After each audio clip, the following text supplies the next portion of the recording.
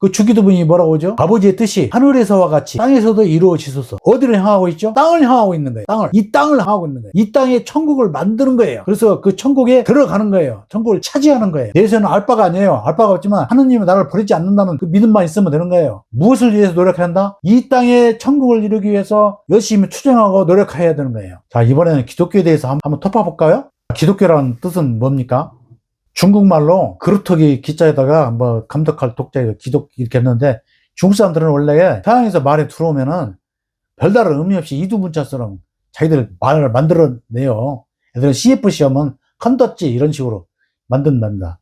뭐 콩티아오, 뭐 냉장고 이런 식으로 하고, 뭐 텔레비전 하면 띠엔스는 그런 대로 그것도 의미가 있어. 자기들이 말을 만들어내요. 유래를 잘 안 씁니다, 이게. 그런데 이게 원래는 이제 크리스트라는 거예요. 크리스트가 이제 히라보로 크리스토고 영어로는 크라이스트인데, 그럼 크리스트는 무슨 뜻이냐? 기름 부음을 받은 자. 그럼 그게 무슨 뜻이냐? 부족장 시대가 있었어요. 열왕기상 뭐 항하에 그 나오잖아요. 사무엘 상하 거기 보면 나오는데, 그 나중에는 이제 부족장들이 이제 나라가 좀 커지고 하니까 국력이 세지니까 왕을 선출합니다. 왕을.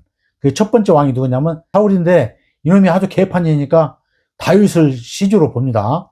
왕의 시주를. 그렇게 실제로는 사울인데 다윗으로 이렇게 치고 있죠. 그래서 사울한테 사무엘이 기름을 부으면서 왕을 갖다가 주기를 하잖아요. 그래서 기름 부음을 받은 자 곧 이스라엘의 왕이라는 뜻이에요. 크리스트를 우리말로 부드럽게 한 게 뭐죠? 그리스도라는 뜻이에요. 크리스트에 대해서 어원이 어디에 있냐면 사도행전에 나옵니다. 그 사람들은 하도 행실이 바르고 서로 공경하고 서로 나누고 서로 사랑하고 그렇기 때문에 이런 사람들을 예수를 따르는 무리 크리스찬이라고 했습니다. 그래서 크리스찬이라는 용어가 그때 생겼고, 근데 정치적으로는 콘스탄티누스 대제가 이제 기독교를 국교로 만들었죠. 전쟁터에 나갔는데 이길지 질지 모르는데 하늘에서 십자가가 나타났다 이거예요. 그래서 내가 이번 전쟁에서 이기면은 꼭 거기 국교로 채택하겠다. 그래서 전쟁이 진짜 이겼어요. 이겨가지고 그때부터 이제 국교가 됐는데 뭔가 이제 말을 붙여야 할 거 아니에요. 그래서 이제 그때부터 이제 그리스도교 이렇게 붙인 거죠. 그러면 이제 기독교로 이제 중국말로 됐는데, 이것을 중국말로는 지두지야, 한국말로는 기독교가 된 거죠. 그럼 기독교는 그리스도교를 얘기하는 거예요. 그냥 요즘 말이 어떻게 이상하게 돼갖고 개신교를 신자들은 자기들만이 기독교라고 한다고, 천주교 신자들은 또 자기를 또 기독교라고 얘기 안 해요. 또 천주교라고 하지. 근데 이게 잘못된 겁니다. 이게 종단끼리 얘기할 때는 뭐 이게 4대 종단 하면은 우리나라 개신교, 천주교, 불교, 원불교 이걸 4대 종단이라고 합니다. 이게 4대 종단이라고 하고, 그 다음에 불교와 그리스도교의 대칭으로 할 때는 천주교 신자도 우리 기독교 이렇게 해야 맞는 겁니다. 그리고 이제 카톨릭을 가르칠 때 쓰는 말은 천주교, 카톨릭. 요즘 또 천주교에서는 또 가톨릭이라고 또 하대요. 또 이렇게 말을 또 부드럽게 해가지고.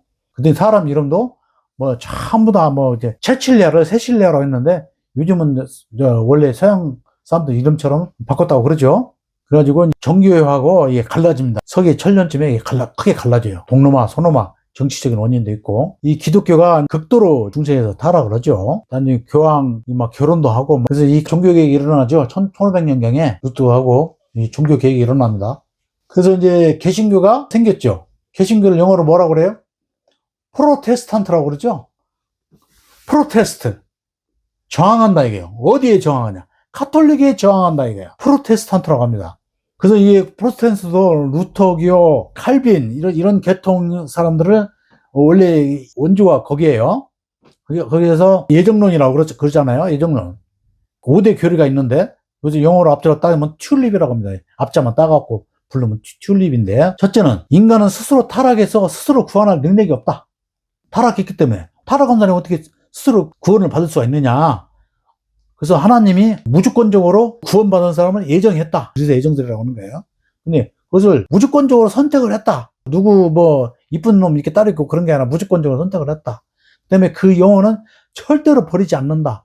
불가항력적 은혜라고 합니다. 그다음에 이 영혼은 절대 버리지 않는다. 이것이 5개의 교리입니다. 이게 예정설입니다.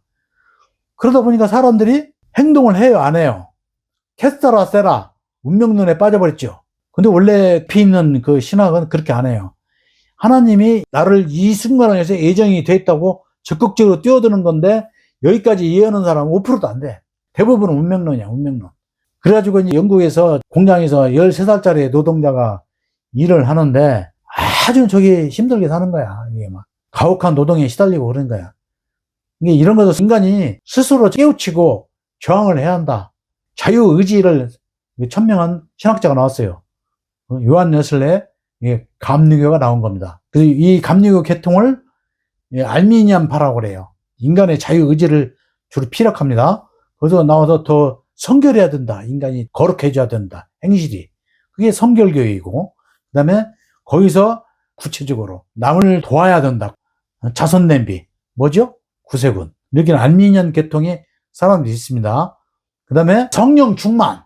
오순절 계통의 교회 있습니다. 순부교회. 이 크게 그 개신교는 그 세 가지가 있어요.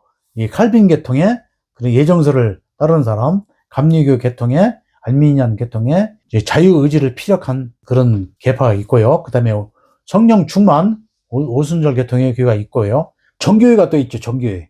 그리스 정교회가 원조예요. 그다음에 러시아 정교회. 이 정교회는 각 나라별로 정교회 이름을 합니다. 각 연합회 형태예요. 한국 정교회, 러시아 정교회 뭐 이런 식으로 그리스 정교회 이렇게 합니다. 그래가지고 이 사람들은 예식을 중시합니다. 2000년 그 당시에 했던 그 예식을 그대로 많이 합니다. 그 음악도 좀 특이해요. 가톨릭은 약간 구슬픈데 음악 자체가 슬퍼요. 근데 여기는 화려하고 영광스럽습니다. 그 음악이 합창이고 그래서 러시아 합창도 보면 맨 밑에는 뭐 콘트라베이스 막 그냥 아주 극저음 맨 점점 쌓는 거죠. 숫자를 조금씩 줄여가면서 쌓여요. 그다음에 바리톤 그리고 꼭대기는 이제 테너 맨 꼭대기는 하이 테너 아주 얇은 하이톤 해가지고 그 음악이 아주 환상적입니다. 그래서 러시아 합창이 그렇게 발달되어 있는 거예요. 그런 정교회가 서 있습니다. 그러면 여러분은 어디 위치에 서 있는가를 알아야 합니다. 아, 나는 이 교회 종파 중에서 카톨릭이다. 카톨릭은 어떻게 해서 처음부터 카톨릭이라고 했습니까? 카톨릭이 없죠. 저거 카톨릭이 어디 있습니까? 그래가지고 역산에서 세우는 거 우리가 족보에 보면 그 나오죠. 중시주가 중요합니다. 이게 족보에서는 중시주를 이제 가장 유명한 사람이 있으면 그 사람을 중시주로 내세워서 그 위에 또 고조 할아버지 이런 식으로 시주로 내세우죠. 만드는 거예요. 거꾸로 역산해서. 카톨릭의 초대 교황은 누구라고 그래요? 베드로라고 이제 베드로. 베드로는 처음부터 내가 초대 교황이다라고 했어요? 후세 사람들은 내세운 거예요. 베드로를 저기 반석 위에 교회를 세운다고 했기 때문에 베드로가 초대 교황이다 해갖고 자기들이 이렇게 역산해서 이렇게 나온 겁니다. 그리고 카톨릭은 100년에 한 번씩 뭘 하죠? 공의를 하죠. 네. 꼭 정확한 건 아니지만 대략 100년에 한 번씩 공의를 해가지고 왜 그러냐면은 생각지도 않은 것들이 많이 발생이 된다 이겁니다. 공의를 세워가지고 새로운 원칙을 또 교리를 만들어내요. 무염시태라고 하세요? 무염시태. 원죄 없이 잉태하신 마리아. 이게 마리아가 저기 예수님을 성령으로 잉태했는데 성령을 잉태하려면 우리가 그릇을 갖다가 귀한 것을 넣으려면 어떻게 해요? 그 그릇을 깨끗이 닦죠. 그러니까 했을 것이다. 마리아의 죄가 없도록 했을 것이다. 그래야 하나님의 아들이 들어왔을 것이다. 그래서 원죄 없이 잉태하신 마리아. 모든 인간은 죄를 범하였음에 하나님의 영광이 이르지 못하더니 이렇게 해가지고 사람 다 죄가 있다고 단정을 해버립니다. 이게 원죄죠. 그래서 성모 마리아만큼은 원죄가 없이 다 깨끗이 닦아서 예수님이 태어났다 하는 것이 무염시태라는 겁니다. 이거 언제 생겼어요? 1800년대에 생긴 거예요. 이 교리예요. 끊임없이 지금도 교리를 만들어. 그렇게 개신교 신자들도 그런 거 보고 천주교 보고 이단이라고 그렇게 얘기를 하잖아요. 그래서 바티칸 공의 때 그 마리아 헌장을 갖다가 채택할 것이냐 말 것이냐 이게 나와 있었습니다. 네, 마리아 헌장을 채택하면은 개신교하고 카톨릭은 영원히 다른 종교예요. 그죠? 그런데 그것이 부결됐습니다. 몇 표 차이로? 3표 차이로 부결됐어요. 그래서 카톨릭도 개신교하고 우리하고 갈라진 형제다. 그렇게 얘기를 하는 것입니다. 물론 인정하지 않는 예장 합동이라든가 이런 데는 인정을 하지 않죠. 그런 게 되어 있습니다. 자, 저 교회 안에는 2개의 교회가 있습니다. 바울교가 있고 예수교가 있습니다. 나 교회 다니는 사람한테 내가 물어봐요. 당신 바울교 신자요? 예수교 신자요? 어때? 눈을 막 흉그레 떠고, 이게 무슨 말이야, 무슨 말. 교회 안에는 사복음서가 있고, 그 사복음서 비슷한 또 성경이 있고 그래요. 근데 예수와 바울은 동시대의 사람입니다. 나중에는 그 예수가 죽고 나서 그 예수를 따르는 무리들을 탄압한 게 누구예요? 바울이죠. 옷을 막 맡기고 그 돌로 쳐 죽이는 데서 앞장서고 그러지 않습니까? 그러면서 바울은 철학자예요, 이게. 그래갖고 자기 생각을 쓰는데 그 예수 이름을 빌려서 쓴다 이겁니다. 예수 이름을 빌려서 자기 생각을 얘기하는 거예요. 자, 구원관을 한번 살펴볼까요? 바울의 구원관은 뭐니까요? 오직 믿음으로 구원이에요. 이래서 저기 개신교가 오직 믿음으로 구원이에요. 아니, 그것이 뭐가 그렇게 중요하냐고 할지 모르지만 독일에서 종교전쟁 당시에 30년 전쟁을 했는데 독일 인구가 절반으로 줄었어요. 가장 큰 문제가 구원관이에요. 그냥 어느 날 며칠 나 구원받은 거야. 거기에 이제 합당한 성경 구절은 다 그 바울 편지 서신에 들어있습니다. 마음으로 믿어 의에 이르고 입술로 시인하여 구원을 얻느니라. 주 예수를 믿으라. 그러면 너와 내 집이 구원을 얻으리라. 불 가운데서 얻은 구원은 목욕탕에서 빨가벗고 목욕을 하고 있는데 불이 났다 이거예요. 그런데 행함이 없어. 그 거룩한 이 예수님의 합당한 그 열매를 맺지 못했어. 못했는데 이게 빨가벗었다는 그런 얘기예요. 그 불이 났으니까 목욕탕에서 목욕하다가 튀어나왔는데 부끄러워 안 부끄러워? 부끄러웠어도 사는 건 사는 거다 이거예요. 지금 그런 얘기가 나옵니다.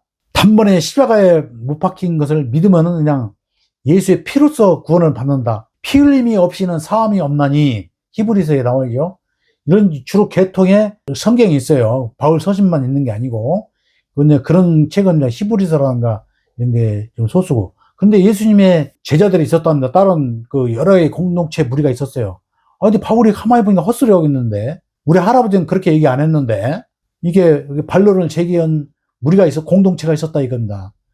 그래가지고 예수님 마태복음, 마가복음, 누가복음 이렇게 공간복음서가 나왔는데, 이 공간복음서의 구원관은 어떻게 하느냐?